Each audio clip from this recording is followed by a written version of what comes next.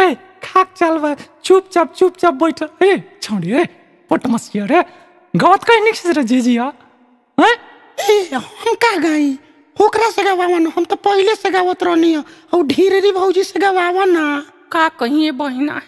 हमर तो अपने तबीयत खराब बा मरद हमेशा लड़ाइले पटाइले रहेला हई बौनी बता बौनी के कहना बौनी गाओ सब केहू मिल के गाओ हम अकेले ना गाई चलो सब केहू मिल के गाई चलो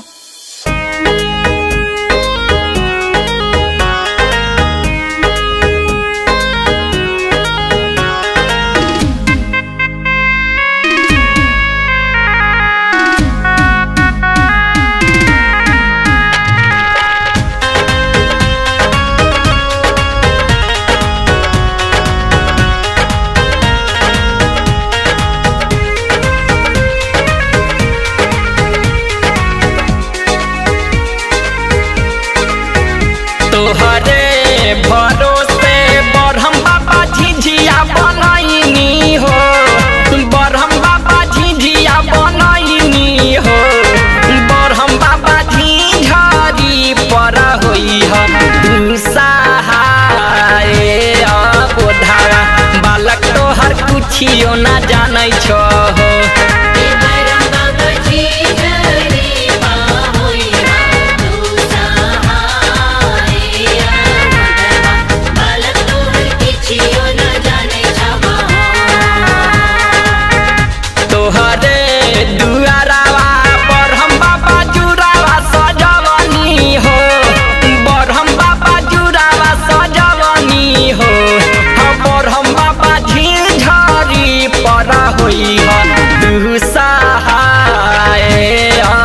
धावा बालक तोहर किछियो ना जानै छो हो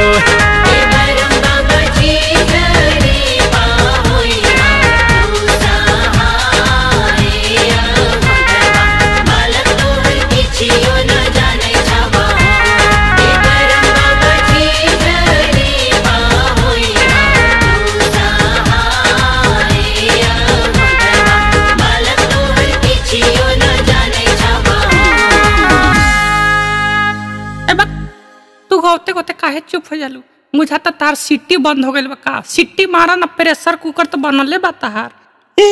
हमरा से दम फूले लागेला हम गावे नी तो तनिए गावन चियार के मुंह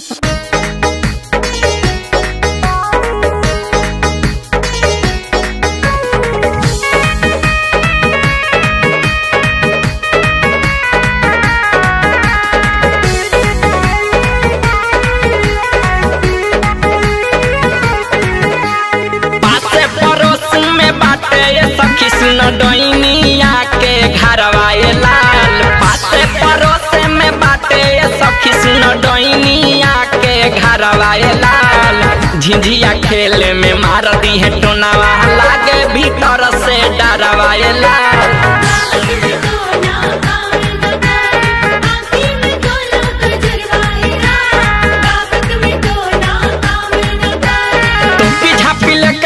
झिझिया बहिनी लागे नाव को नजरवाए लाल टोपी झापी लेके चलो झिझिया बहिनी लागे नाव को नजरवाए लाल गावत में टोना काम न करी आँखी में कलो कजरवाए लाल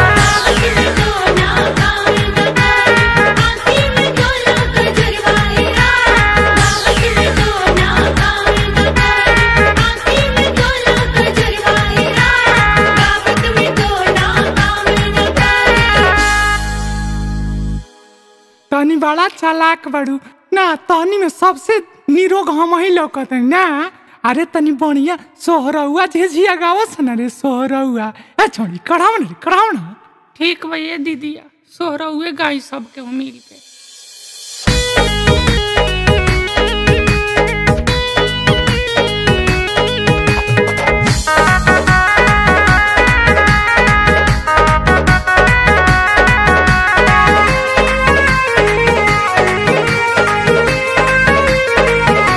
किया रे माई पाका भाई नारा हवा गहाई हम झिझिरिया अरे माई झिझिया में बार के धरब हम डिबिया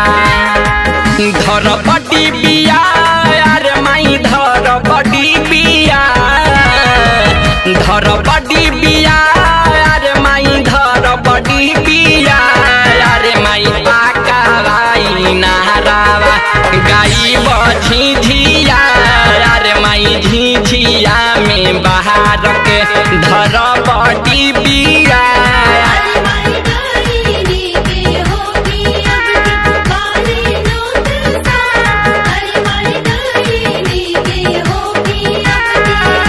कियार माई के ये दिहुए गेहूं आया के ये दिहुए धान। अरे माई के ये सुनी है झिझिया के कर होई नुकसान।